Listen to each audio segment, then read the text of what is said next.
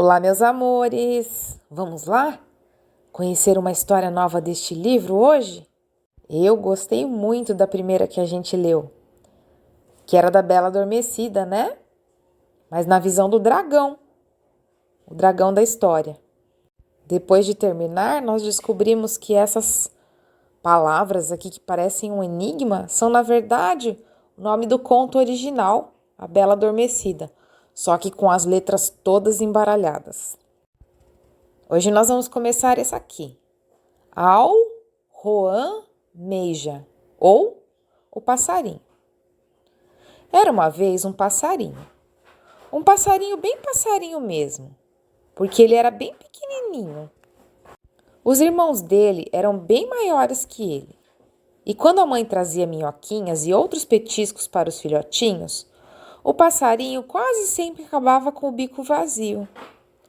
E em vez de ir crescendo como os irmãos, ele foi ficando do mesmo tamanho, mas cada vez mais magrinho.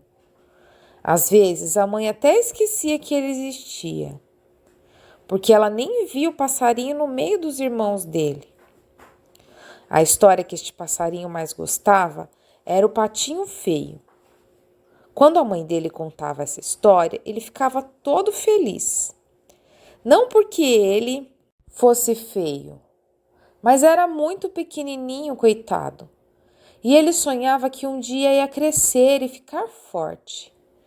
Do mesmo jeito que o patinho feio fica grande e bonito naquela história. Um dia, os irmãos do passarinho estavam jogando futebol dentro do ninho. E o passarinho estava no gol. Um dos irmãos dele chutou com força a joaninha que eles usavam de bola. O passarinho deu um pulão para tentar pegar a joaninha. E caiu do ninho. E caiu lá no chão, porque ele e os irmãos dele ainda não sabiam voar. O passarinho ficou um tempão lá no chão, pensando que a vida dele tinha acabado.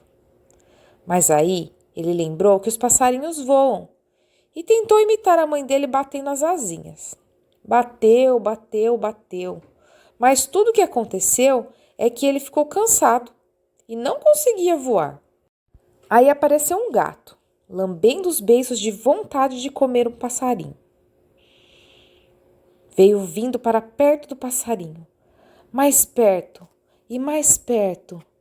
E quando estava pertíssimo, o gato deu um pulo. Foi aí que o passarinho descobriu que os passarinhos, além de voar, podem dar aqueles pulinhos com as patinhas juntas. E pulou para cá, pulou para lá. Cada vez que o passarinho dava um pulinho, o gato dava um pulão. Mas não conseguiu pegar o passarinho, que de pulinho em pulinho chegou até o tronco de uma árvore e se escondeu num buraquinho deste tronco. Um buraquinho tão pequenininho que só cabia o passarinho lá dentro. E tão pequeno era este buraquinho que o gato não conseguiu enfiar nem a ponta de uma de suas patas lá dentro.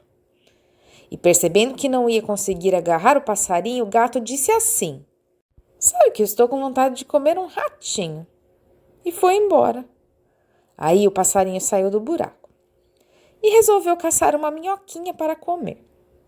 Mas logo descobriu que só os passarinhos adultos conseguem caçar minhocas, porque as minhocas são espertinhas. O passarinho já estava pensando em fingir que era um esquilo e comer uma avelã que estava ali perto.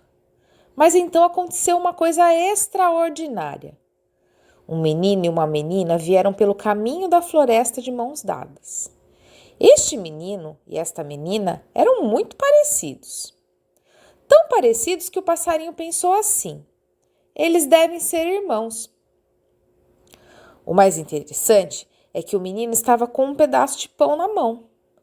E o passarinho ficou de boca aberta quando viu o que o menino estava fazendo e exclamou: "Mas que coisa! Ele está tirando pedacinhos de pão e jogando no chão.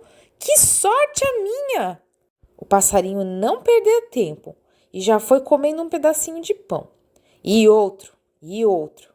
O passarinho seguiu a menina e o menino aos pulinhos. E assim que o menino jogava um pedacinho de pão, o passarinho abocanhava, mastigava, engolia e ia dando seus pulinhos, e abocanhando, e mastigando e engolindo. Muito caminho depois, o pão acabou.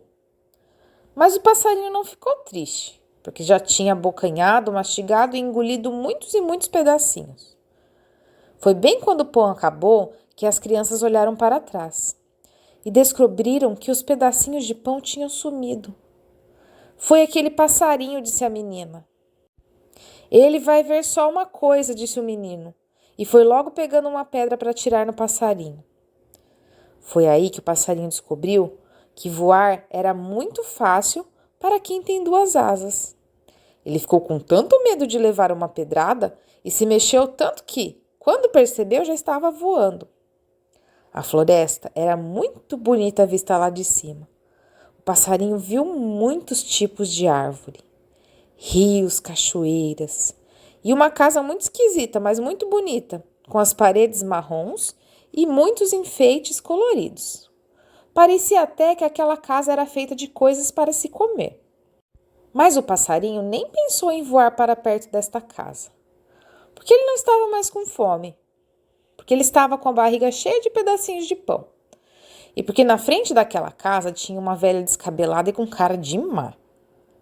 O passarinho voou e voou e conseguiu voltar para o ninho dele.